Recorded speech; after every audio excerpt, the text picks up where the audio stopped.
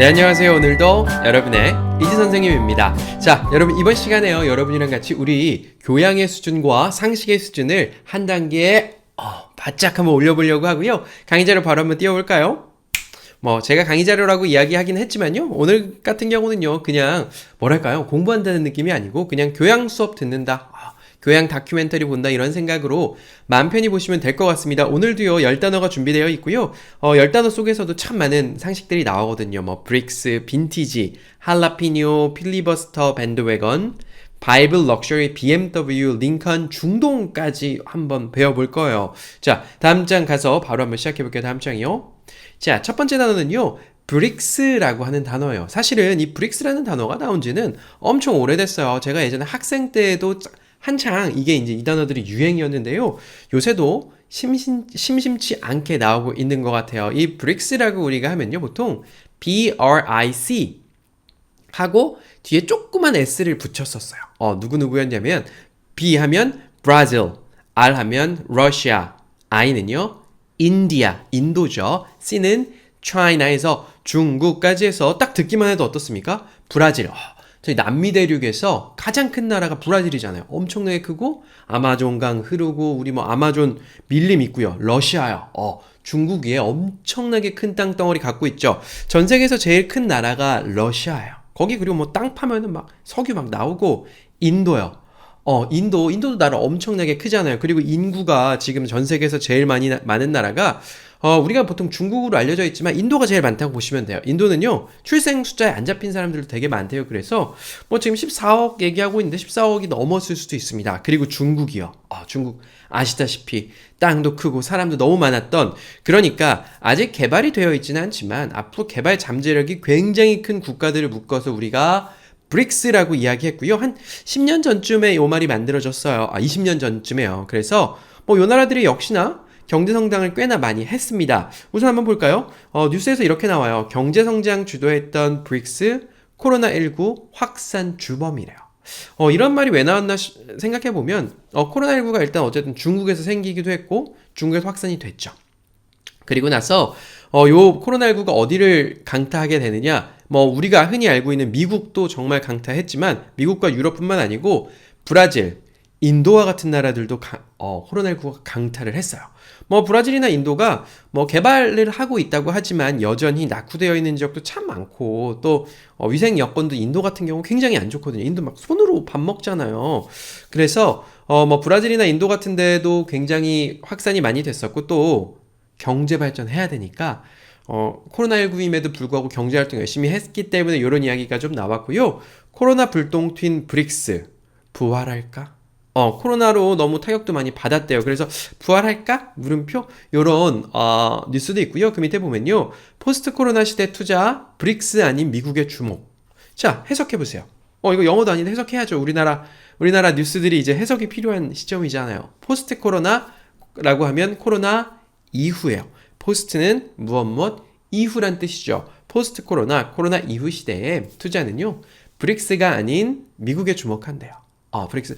신흥 개발도상국보다는 미국.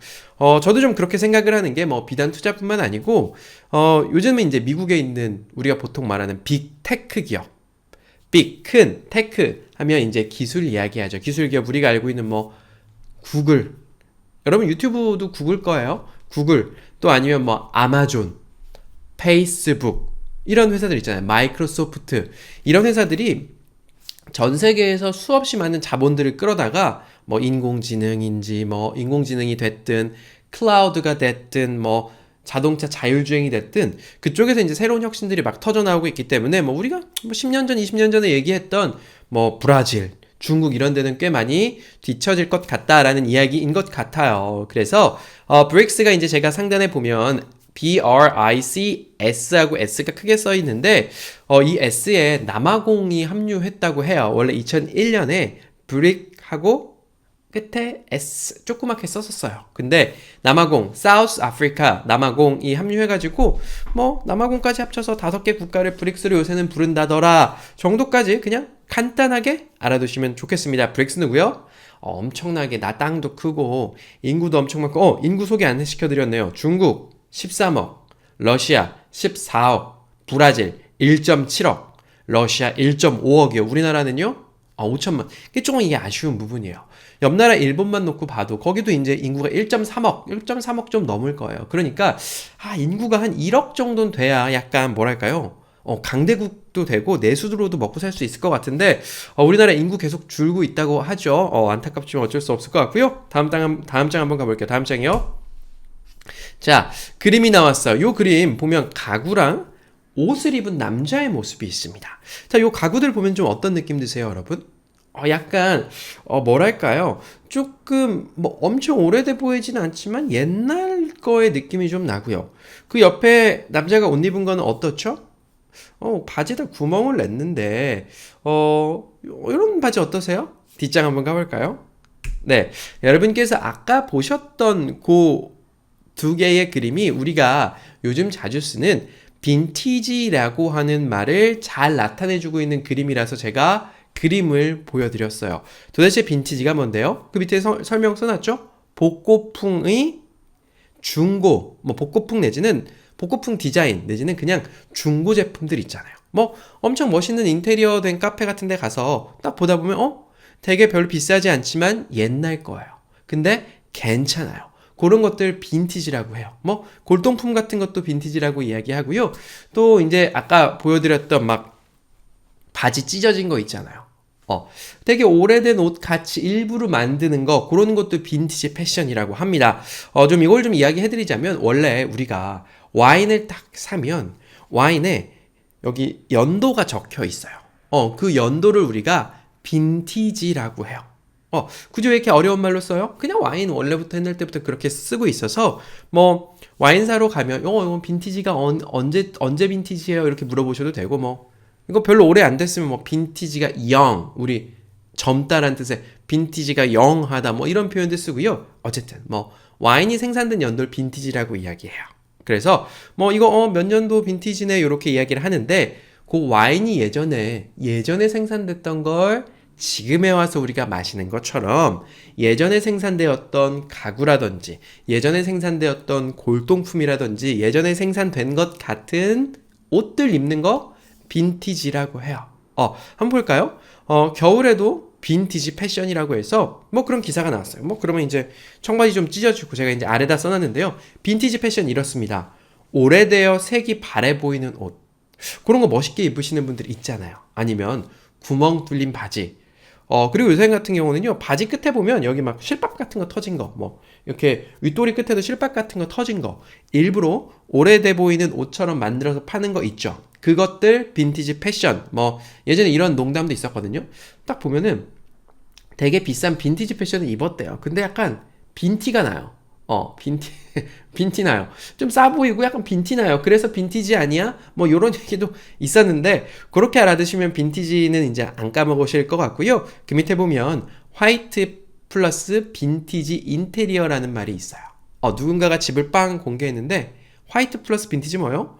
흰 색깔로 뭐 대부분 다 인테리어가 되어 있는데 그 안에 뭐 가구라든지 이런 것들이 조금 뭐 중고 같은 좀 올드 패션 빈티지한 것들이 있다. 그리고 그 밑에 보면요. 빈티지 수집을 시작하고 싶은 당신에게 뭔가 조언을 해준대요. 여기서 나오는 빈티지는 뭐 그냥 오래된 물건들이란 뜻으로 쓰였겠네요. 그래서 이 빈티지라는 말이 참 여러 개로 쓰여요. 마지막에 2015 빈티지 와인이란 말까지 있어요. 네. 그래서 이 빈티지가 정리하자면 일단 패션에서 참 많이 쓰여요. 빈티지 패션. 그리고 두 번째요. 뭐 가구라든지 골동품에 쓰이고 마지막으로는 와인 생산 연도까지 나타낸다. 빈티지 되겠고요. 다음 장 가볼까요? 자, 다음 장에는요. 할라페니오라고 써있는 단어가 있어요. 뭐 이거 영어로 보면 우리가 이제 할라피뇨라는 말을 쓸 때 일단 뭔지부터 좀 알려드릴게요. 하단에 보면요. 할라피뇨 고추 나와 있죠? 네. 전 세계에 보면 고추가 참 많아요. 우리나라 고추 보면 그냥 이렇게 아사기 고추나 그냥 풋고추 먹으면 별로 안 맵잖아요. 근데 정말 매운 고추들은 뭐 청양고추 이런 거 있어요. 근데 그 녀석보다 더 매운 고추들이 전 세계에 참 많고 그 이제 온갖 고추들이 우리나라로 막 들어오고 있습니다. 그래서 뭐 우리 페페론치라고 하는 그 이탈리아 요리할 때 들어간 조그만한 뭐 이렇게 아주 매운 뭐 고추도 있고 또 뭐 중국 요리할 때 들어가는 고추도 있고 이 할라페니오 같은 경우는 멕시코 고추라고 제가 써놨죠. 내가 도대체 멕시코 고추를 왜 알아야 돼? 하실 수도 있겠지만 요거 식당 가면 참 많이 나와요. 그래서 저 이거 할라피뇨 좀 더 주세요 라고 이야기하려면 여러분이 아셔야 된다는 거죠. 자, 이거 보면요, 요렇게 좀 굵은 고추예요. 짧고 굵은 고추고요.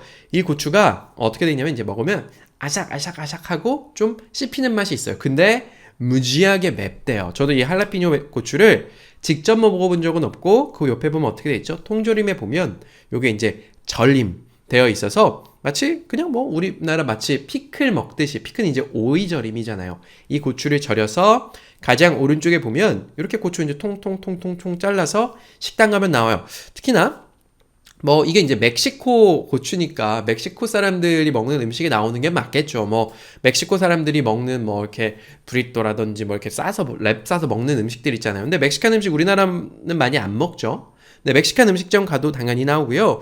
요즘 같은 경우는 뭐 저기 이탈리아 레스토랑 뭐 피자나 파스타 나오는 데 가면 할라피뇨 거의 다 나와요. 그래서 뭐 양식 먹으러 간다, 스테이크 먹으러 간다 나오고, 돈가스 집에서도 요새는 할라피뇨가 나와요. 돈가스는 어느 나라 음식이죠? 돈가스는 일본이 좀 유명한 것 같아요. 근데 유럽 가도요, 그 돼지고기 튀긴 거 커틀렛이라고 해요. 그거 뭐 또 유명한 나라들도 있고, 우리나라 돈가스도 또 맛있는 거 있잖아요. 그래서 식당 가면 심심치 않게 매운 고추절임이 나오는데 걔 이름이 뭡니까? 할라페뇨라고 써 있어요. 네, H로 시작하지 않고 이거 스페인어라서 J가 히읗 발음으로 읽힌 거예요. 그래서 할라페뇨라고 하는데 뭐 할라페뇨 내지는 우리나라에서는 할라피뇨라고 더 많이 읽혀요. 어떻게 해요? 이거 더 먹고 싶어요? 저 할라피뇨 좀 더 주시면 안 돼요? 이렇게 하면 할라피뇨 들어오고요. 이제 기사 한번 볼까요? 멕시코 고추는 기사 아니네요. 멕시코 고추는 매운맛이 강하고 두꺼우며 아삭아삭 씹힌다. 근데요, 제가 이거 기사 찾아보다가 놀란 게, 요 할라페뇨뿐만 아니라 다른 고추들도요, 그 전 세계에서 이제 씨앗이 거기서 오는 거예요. 근데 이 할라피뇨 우리가 먹는 거, 이거 수입식품이라고 이야기할 게 아니라, 예전에 우리 샤인머스켓 있잖아요. 뭔가 샤인머스켓 이름이 외국에서 나올 것 같은데, 샤인머스켓도 이름만 외국 거고, 원래는 이제 일본 거죠. 일본 거고 우리나라에 생산됐습니다. 아스파라거스 어땠습니까? 아스파라거스도 외국 거지만 우리나라 강원도에서 나왔어요. 이 할라피뇨 역시도요, 진주, 봉화에서 자라는 물 건너온 고추래요. 네, 그러니까 이거 뭐 영 외국 건 아니에요. 외국 씨앗을 우리나라에서 키운 걸 이제 우리가 많이 먹게 되니까 우리나라에서 자라는 거예요. 예전에는 그냥 이렇게 통조림 수입하면 됐었습니다. 근데 이 할라피뇨를 점점 많이 먹다 보니까 우리나라에서 생산을 해서 그걸 마트에서 다 떼와서 뭐 이마트라든지 백화점 같은 데서 판다라고 이야기해요. 그래서 말씀드린 대로 식당에서 참 많이 팔고요. 샌드위치 같은 데도 할라피뇨 몇 개 넣거든요. 그럼 맛있어요. 뭐 햄버거 같은 데 들어있는 경우도 있고요. 그래서 요거 할라피뇨다 정도 간단하게 알아두시면 좋겠습니다. 다음 장 가볼까요? 다음 장이요. 다음 장에는요, 필리버스터라고 써있는 녀석이 있어요. 요거는 내가 뉴스를 좀 관심 있게 보는 사람이다 하면 들어보셨을 거예요. 저도 처음에 이걸 듣고 나서 도대체 이게 뭐냐, 나는 한 번도 배워본 적이 없다. 제가 까먹을 걸 수도 있겠지만 제가 고등학생 때, 대학생 때까지 이 필리버스터라는 말을 들어본 적이 없었어요. 실제로 우리나라에서도요, 이게 1960년대인가 언제 한번 필리버스터라는 걸 하고, 이 필리버스터를 금지하는 법안이 생겨서 한참 못하다가, 언제지? 국회 선진화법이 통과되면서 이 필리버스터를 할 수 있게 됐어요. 이 필리버스터가 뭔데요? 네, 한번 볼까요? 합법적 수단으로 의사 진행을 지연시키는 무제한 토론이래요. 이게 뭐죠? 자, 우리 그렇게 돼 있어요. 우리나라 같은 경우는 투표하잖아요? 투표해서 국회의원을 뽑죠. 국회의원은 몇 년 동안 하죠? 4년 동안 합니다. 그래서 우리는 4년 동안 투표를 할 때마다 다수당이 정해져요. 누가 제일 커? 누가 제일 커? 제일 크면 어떡하죠? 다수결하면 이겨요. 그러다 보니까 그냥 다수당이 맘대로 할 수 있는 거 아니야? 라는 물음이 생기죠. 그렇기 때문에 이 다수당이 맘대로 할 수 없게 만드는 제도적 기반이 바로 이 필리버스터예요. 그러니까 이런 거죠. 우리가 국회에서 법을 정할 때 딱 기한이 정해져 있습니다. 예를 들면 일주일 남았어요. 일주일 저녁 12시까지 이 법에 꽝해서 투표를 해서 통과되지 못하면 이제 그 회기 그러니까 국회의원들 모여가지고 법 만듭시다 모이는 게 끝나버리고 다음 회기로 넘어가는 거예요. 한참 후에요. 그러니까 어떻습니까? 법을 만들려고 하는데 법을 못 만들게 하려고 이 필리버스터를 하는 거예요. 자, 우리나라에서는 그래요. 일단 기사부터 먼저 한번 읽어볼게요. 이 시간까지 투표를 아예 못하도록 필리버스터 하면서 무제한 토론을 한다. 이렇게 생각하시면 돼요. 필리버스터 끝까지 간다. 이건 뭐냐면 12월 연말까지 정해야 되는 법이 있었대요. 근데 이제 소수당에서 투표 못하게 그걸 무기한 토론을 하는 거예요. 가끔 보면은 볼까요 밑에? 필리버스터 77시간 만에 종결됐다. 투표하기 전에 우리 토론합시다라고 탁 토론을 해놓고 한 사람이 나와서 10시간씩 이야기합니다. 10시간씩 7명 얘기하면 70시간이죠. 그래서 어떤 분이 필리버스터 최장 기록을 경신하기도 했고요. 필리버스터가 종료돼서 어떤 법이 통과되기도 했대요. 네, 미국에서는 이렇다고 해요. 우리나라에서는 이 필리버스터라는 게 나오면 우리가 정해야 될 그 특정 법에 대해서 이야기만 해야 되는데 미국에서는 심지어 아무 이야기나 해도 상관없대요. 그러니까 이 필리버스터를 신청을 하고 나서 이렇게 얘기하는 겁니다. 와서 성경책을 읽는다든지 노래 구절을 읽는다든지 소설을 읽는다든지 해도 상관이 없는 거예요. 어떻게 생각하십니까? 이거 좀 잘 모르겠어요. 그죠? 우리나라 정치 뭐랄까요? 그냥 이 정치의 감성으로 생각해보면 하겠다는 걸 막는 게 맞는 건가? 그거 막겠다고 이거 계속 얘기하는 게 맞는 건가? 저도 잘 모르겠습니다. 하지만 뉴스에 많이 나와요. 필리버스터? 하면 딱 생각하시면 돼요. 다수당 말고 소수의 인원에서 이 다수당이 하겠다는 걸 막겠다고 무제한적으로 토론하는 게 필리버스터다. 이 정도. 좀 어렵습니까? 네. 그래서 이 말 나오면 되게 자주 나오더라고. 요새는요. 그냥 그런 거죠. 옛날 때 우리 공사해 아니면 재개발해 그럼 주민들 앞에 나와서 막 눕고 그랬던 장면들 떠오르거든요. 저는요. 그리고 저기 우리 국회 보면은 국회의원들 하늘로 날아다니고 저기 몸싸움 하고 하늘로 날아다니고 그랬던 옛날 모습이 떠오르는데 이 필리버스터 하면서 그런 건 좀 없어지는 것 같아요. 그래서 필리버스터 여기까지 좀 하고요. 뒷장 가볼까요? 뒷장에 햇님이 빵끝 정오회사 서함 나왔는데요. 정오회사 서함 지금 이제 시작한 지 6개월 거의 다 됐어요. 그래서 제가 정오회사 서함에 말씀드렸는데요. 이제 첫날 둘째 날 이럴 때 신청하셨던 분들은요. 미리미리 좀 다시 신청을 해주시면 제가 안내 카카오톡 보내드릴 테니까요. 저희가요. 좀 신청해 주시면 이제 혼란을 좀 방지할 수 있을 것 같고요. 오늘은 독일 너무 알면 할수록 진짜 알 게 많은 국가예요. 오늘은 독일, 어제는 라이트 형제, 그리고 지난주에 파가니니의 클래식에 대해서 좀 알아봤고, 비틀즈, 콜로세움, 소련이 어떻게 해체됐는지 이런 걸 제가 카카오톡 메시지로 여러분께 음성 파일로 전해드려요. 동영상이 아니냐 물어보시는 분들 계시는데 그냥 음성 파일이에요. 그래서 시사, 상식 플러스 영어 조금 표현해서 여러분께 좀 알려드리고요. 요거 신청하시는 거 여기 아래 링크 있거든요. 그거 찾기 어려우시면 여기 있는 번호로 연락 주시면 좋겠습니다. 다음 장으로 넘어가 볼게요. 다음 장이요. 자, 다음 장에 있는 오늘의 5번째 단어는 밴드웨건이에요. 이 밴드웨건이 뭐냐면 이 밴드 우리 이렇게 쿵짝쿵짝쿵짝 치는 밴드 이런 거 밴드 앞에 있는 웨간 하면 이제 보통 이제 말이 끄는 마차라든지 그러니까 어떤 악대의 가장 앞에 나가는 그런 걸 밴드의 웨건, 밴드의 마차, 밴드 웨건이라고 해요. 그리고 우리 예전에 영화 같은 거 보면 서커스 같은 거 할 때 이제 서커스 합니다 광고할 때 뭔가 이제 무슨 이렇게 마차 같은 게 앞으로 쭉 가면은 뒤에 애들 막 따라다니고 이런 그림 저 본 것 같아요. 네, 원래요 그런 게 있었대요. 예전에 미국에서 정치를 하는데 정치 유세를 해야 될 거 아니에요. 그때 전화도 없고 1800년, 1850, 60년 이럴 때요. 150년 전에요. 그러니까 이제 사람들 다니면서 전단지도 뿌리고 했겠죠. 그때 어떤 정치인을 후원하는 사람이 서커스단을 운영하고 있었답니다. 그래서 그 사람이 그 서커스단 마차를 이용해서 막 했더니 사람들이 그걸 어린애들이 따라다니는 거예요.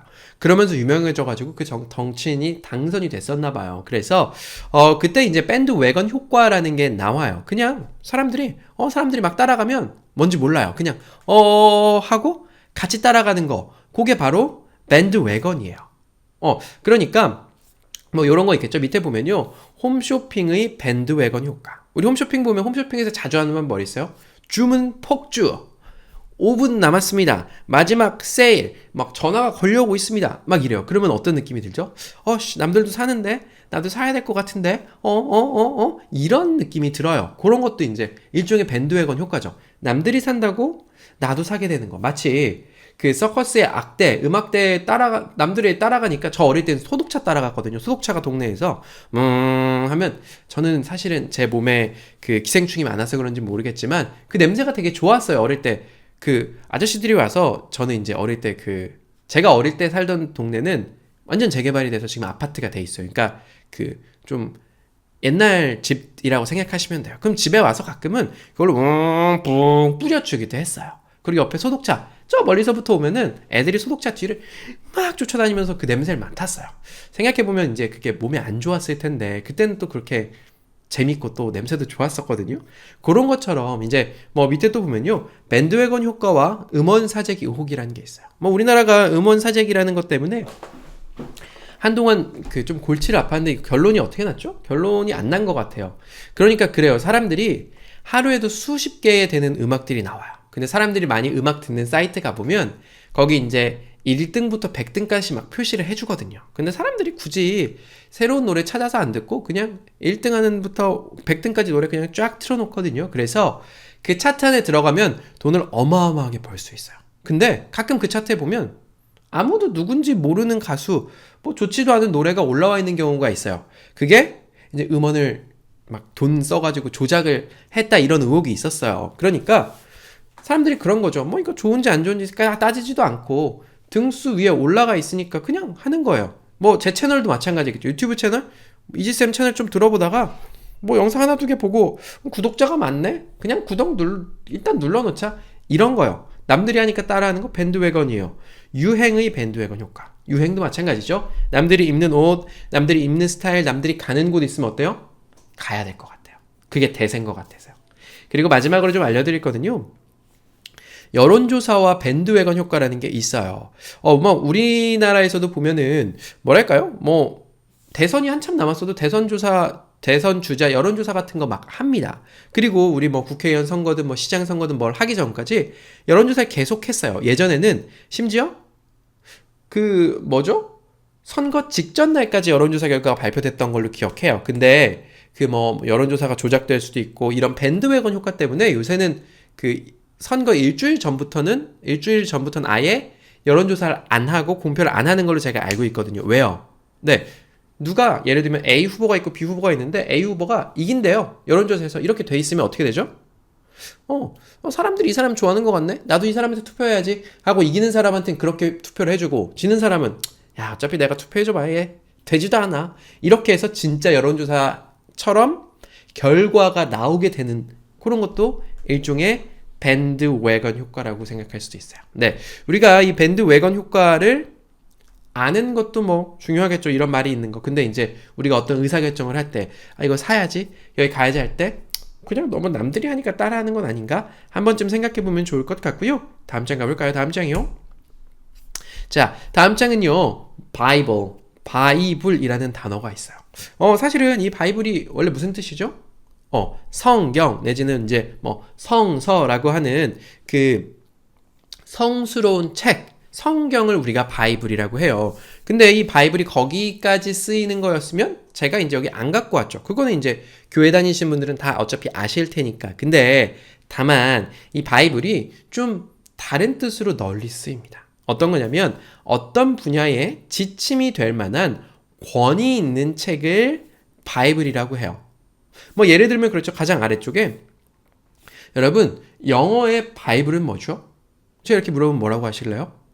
아주 예전에 공부하셨던 분들은요. 이걸로 많이 공부하셨을 거예요. 예전에는 성문 종합 영어가 영어에서는 바이블이었지. 뭐 이렇게 이야기할 수 있어요. 종합 영어 보신 적 있으십니까? 저는요. 성문 종합 영어를 봤어요. 네. 저보다 더 옛날 세대는 진짜 성문 종합 영어로 공부를 하셨다고 하고 저도 이제 그걸 사람들이 많이 본다고 하니까 한번 봤었는데 비추천합니다. 절대로 영어의 흥미를 떨어뜨리는 책이에요. 근데 예전에는 이제 다들 그걸로 공부해야 되는 줄 알았어요. 뭐 주어가 어떻고 뭐가 어떻고 뭐 그걸로 이제 공부를 해서 우리나라 영어가 그렇죠. 이제 제가 이제 이렇게 나쁘게 얘기하면 안 되죠. 어쨌든 좀 말 못하게 된 거에 큰 원인도 있어요. 근데 그렇게 뭐 이렇게 얘기할 수 있는 거죠. 뭐 그때는 그게 바이블이었어. 누구나 봐야 되는 거 있잖아요. 어떤 분야에서 기사 한번 볼까요? AI 업계에서 네이버에서요. 그 이제 AI 어떻게 써야 되는지 윤리 강령을 탁 정해놨대요. AI 업계 윤리의 바이블이 되나? 어때요? 따라가야 할 무엇, 그 업계에서 지침이 될 만한 무엇이 되나? 또 어떤 책을 쓰면서 이렇게 썼어요. 초보자를 위한 주식 투자의 바이블. 바이블. 이렇게 씁니다. 뭐요? 야, 너 주식 투자하고 싶으면 이 바이블, 이거 바이블이니까 요거 봐. 감히 요런 말을 쓴 거예요. 다른 사람이 인정 안 해주는데 요거 이제 출판사에서 썼을 거고요. 또 뭐 자기 개발서의 바이블 이렇게 하면 뭐예요? 자기 개발서 중에선 이거 꼭 읽어봐야 돼. 요런 느낌을 알아주시면 좋겠고요. 제가 중간에 자기 개발서라고 써 있어요. 여러분, 이 개발이요. 아시는 분들이 많이 없으신 것 같아요. 그리고 저도 이제 이거 오타 치는 거 되게 많이 봤는데, 원래 우리가 저기 재개발 할 때, 개발할 때 개 어떻게 쓰죠? 아이 쓰죠. 멍멍 강아지 할 때 그 개처럼요. 그래서 우리가 뭐 어떤 거 기술을 뭐 만들고, 아니 뭐 건물을 세우고 뭐 그렇게 뭔가 새로운 것을 만들어내는 개발, 눈에 보이는 걸 만들어내는 개발은 아이 개발 쓰는 게 맞아요. 근데요, 자기 개발, 뭔가 눈에 보이지 않게 스스로를 이렇게 올려주는 그런 정신 개발, 이런 쓸 때는 여의 쓰는 게 맞아요. 그냥 참고차 알아두시고요. 마지막에 보면 수학의 바이블, 수학의 정석 있어요. 초록색깔 책 아십니까? 네, 저는 예전에 수학을 참 잘했어요. 네, 영어는 잘 못했습니다. 근데 아이러니하게도 제가 지금 영어 가르치고 있죠. 수학을 참 잘했고, 막 저는 진짜 평생 살면서 수학 이제 시험 보잖아요. 고등학교 3학년 때는 막 진짜 모의고사를 진짜 많이 봤는데, 그거 다 해서 2개 틀렸었어요.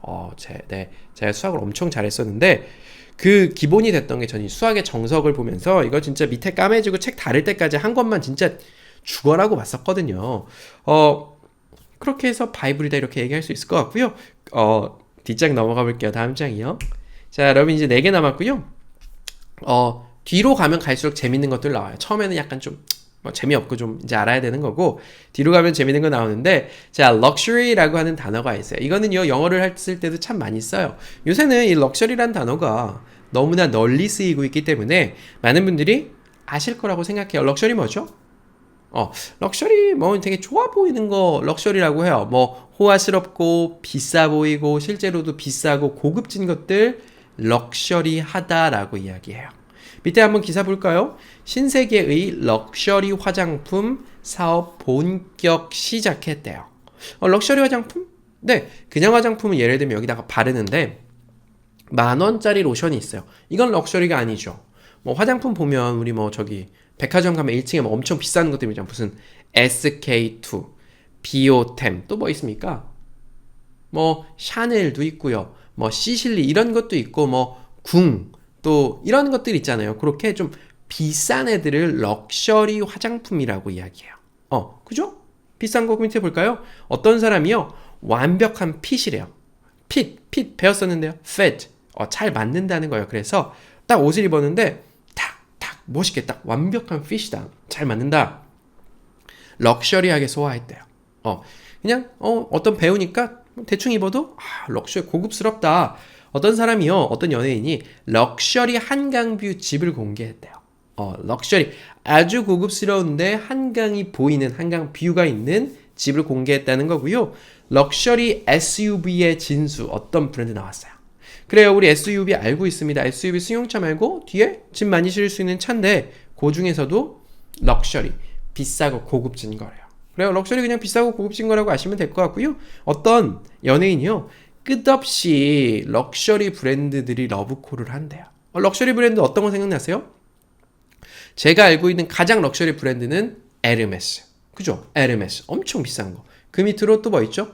뭐 샤넬도 있고, 뭐 디오르, 또 루이비통, 뭐 이런 브랜드들 많이 있잖아요. 뭐 프라다도 있고요. 그 밑으로 이런 브랜드들 다 우리 럭셔리하다, 이렇게 이야기한다고 알아두시면 좋을 것 같고요. 다음 장 가볼까요? 네, 다음 장은요, BMW예요. 지난 시간에 제가 여러분께 벤츠 가르쳐 드렸습니다. 벤츠, 메르세데스 벤츠. 그죠? 이 벤츠랑 우리나라에서 어깨를 나란히 하고 있는 외제차가 있어요. 사실은 그 이제 브랜드 인지도 측면에서 벤츠는 워낙 오래전부터 유명했고, 뭐랄까? 아주 옛날에는, 지금은 이제 뭐 차가 5대 중에 한 대가 외제차라고 하는데, 지금은 아니지만 예전에는 이렇게 딱 벤츠 타면은 완전 성공의 상징, 회장님 뭐 막 이런 느낌이었잖아요. 그래서 벤츠가 유명했지만 요새 젊은 사람들은 벤츠보다 이 차를 더 많이 타요. 뭐요? BMW.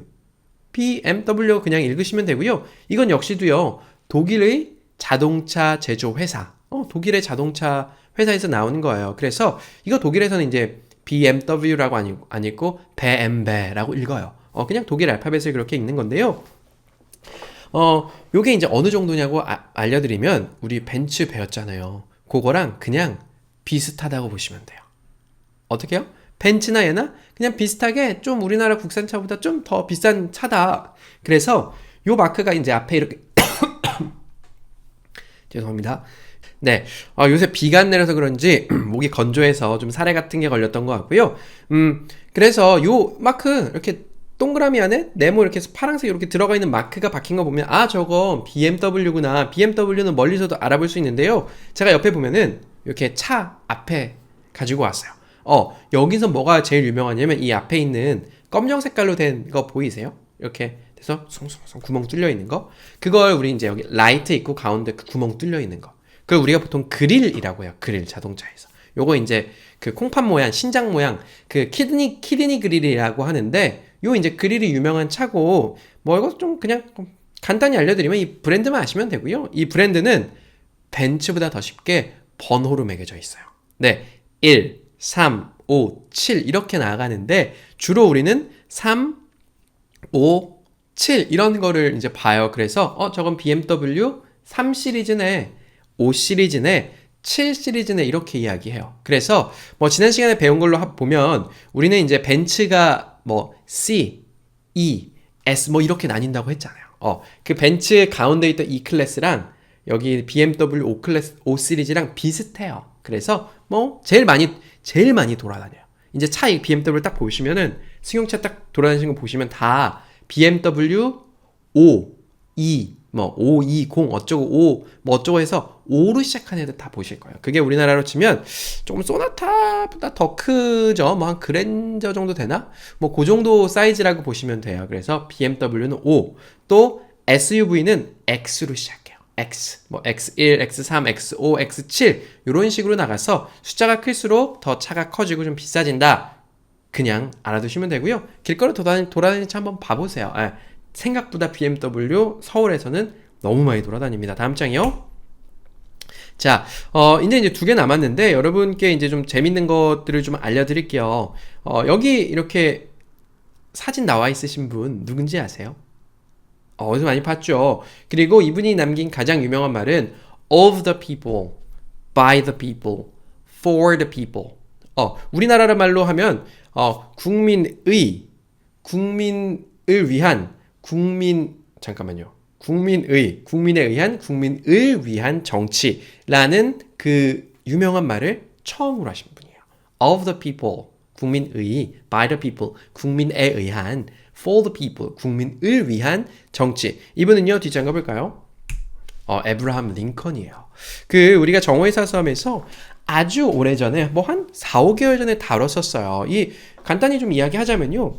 이 에브라함 링컨은요, 미국에서 정말 존경받는 대통령이었고, 지금까지도 뭐 존경하는 대통령 써보라고 하면 아마 뭐 조사 같은 데 보면 늘 상위권에 자리하고 계신 분이에요. 뭐냐면, 굉장히 가난한 가정에서 태어났어요.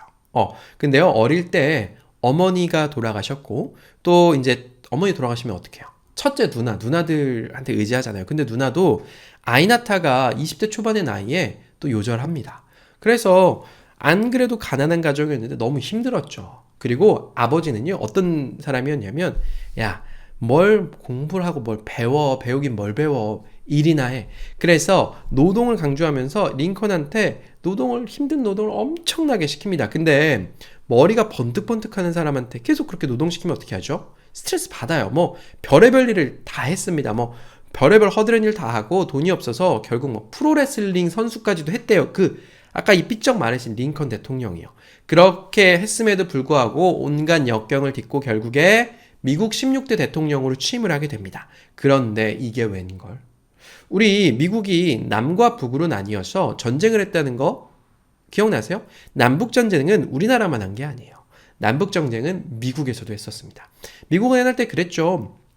유럽에서 종교의 박해를 피해서 건너온 영국 사람들부터 시작해서 야 저기 살기 좋대더라, 돈 잘 벌린 데더라, 땅도 넓대더라 해서 유럽 사람들이 대거 이민해 옵니다. 그러면서 아프리카에서 아니면 남미에서 왔을까요?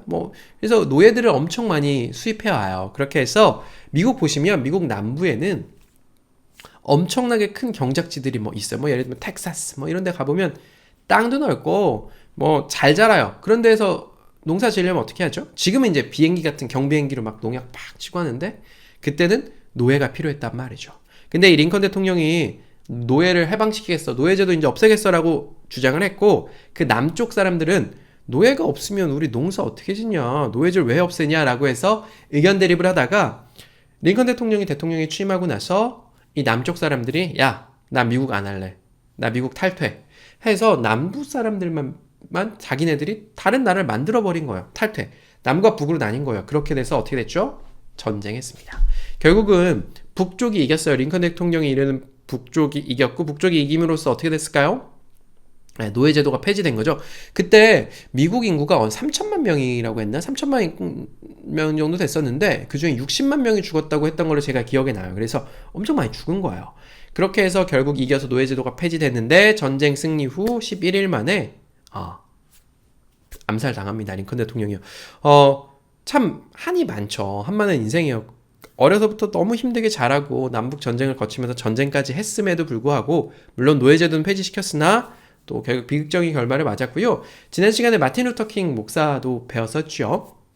네, 마틴 루터 킹 같은 경우도 결국은 이렇게 됐는데, 미국에 총이 있어서 그런지 좀 이 위인들 같은 경우는 참 많이 안 좋은 결말을 맞는 것 같아요. 그래서 에브라함 링컨, 노예제도 폐지, 링컨, 남북전쟁, 링컨 알아두시면 좋겠습니다. 다음 장이요.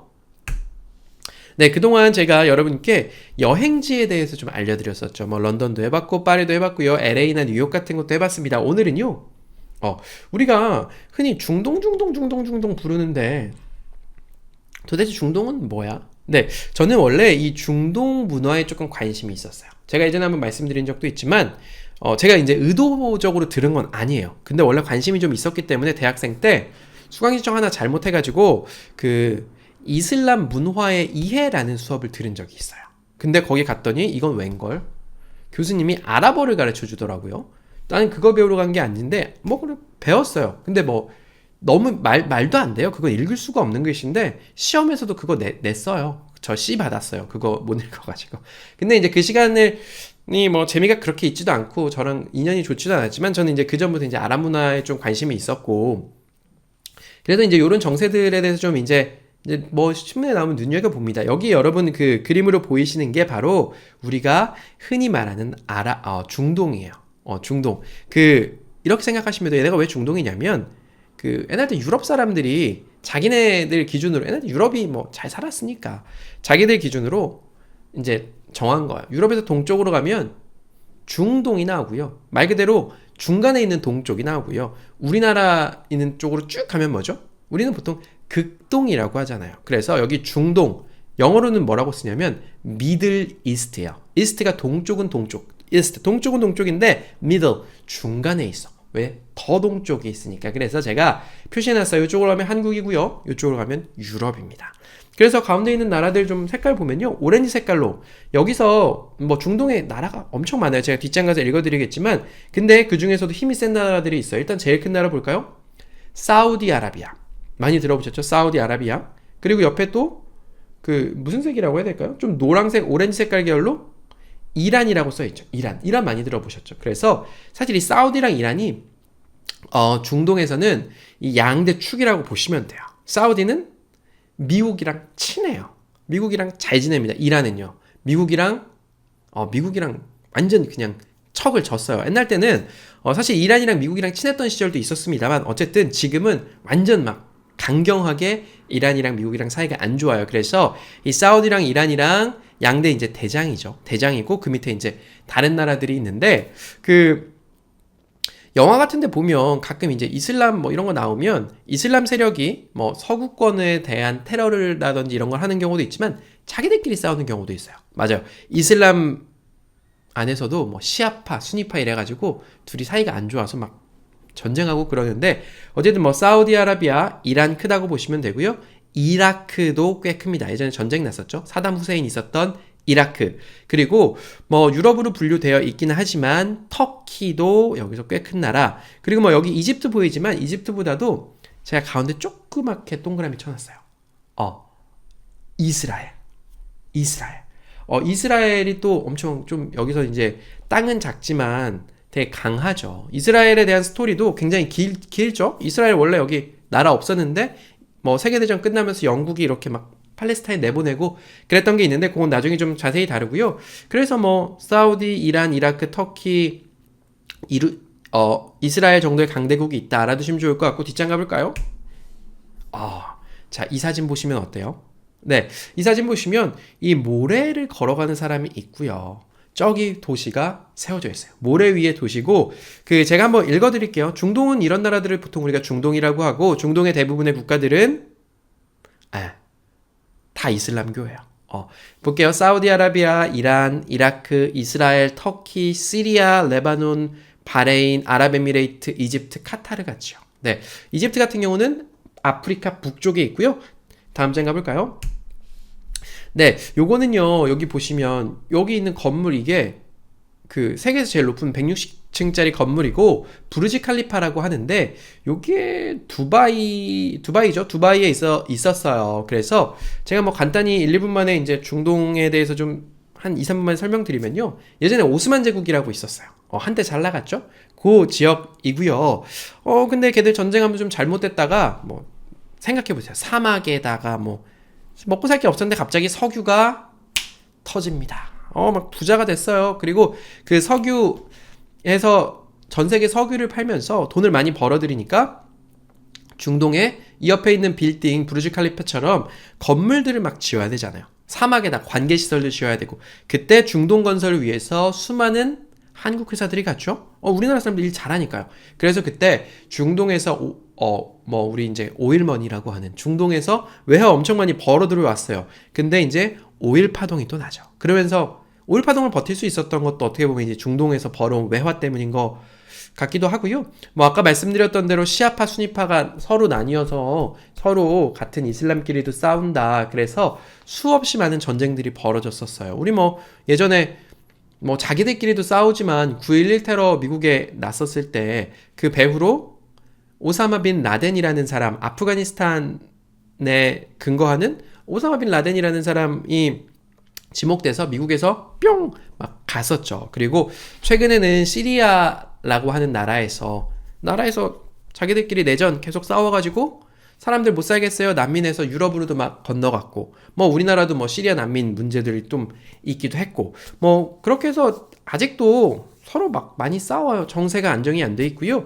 그 뭐 신문에 가장 자주 나오는 거 보면 호르무즈 해협이라는 데가 있어요. 이게 뭐냐면 석유 다 땅에서 채굴한 거 어떻게 해야 될까요? 트럭 타고 올 수는 없어요. 배에다가 컨테이너에다가 엄청 싣고 와야 되는데 그러면 꼭 지나야 하는 아주 얇은 해협이 있어요. 그 호르무즈 해협인데 거기를 이제 이란이 좀 장악하고 있어가지고 이란에서 막 좀 열받으면 거기 막 막는다 하고 막 미국이랑 막 싸우고 하는데 호르무즈 해협 그리고 요런 보고서들이 있대요. 수자원이 고갈되고 있다. 석유 파서 사람들이 잘 먹고 잘 살게 되니까 뭐 이 사람들이 이제 인구가 불어나고 그러다 보니까 물을 많이 쓰는 거예요. 근데 지금 계속해서 사막화되고 있고요. 시간이 흐르면 뭐 50년, 80년 이 정도 되면 아예 그쪽 지역엔 사람이 살 수 없는 지역이 된다고 합니다. 그래서 뭐 중동에 대해서 제가 이것저것 막 타타타타타 쏘아냈는데 뭐 중동도 나중에 시간 되면 조금 더 자세히 다뤄보도록 하겠습니다. 여러분 오늘 강의 좀 길었는데요. 재밌게 들으셨길 바라고요. 저는 여기까지 하겠습니다. 여러분 감사합니다.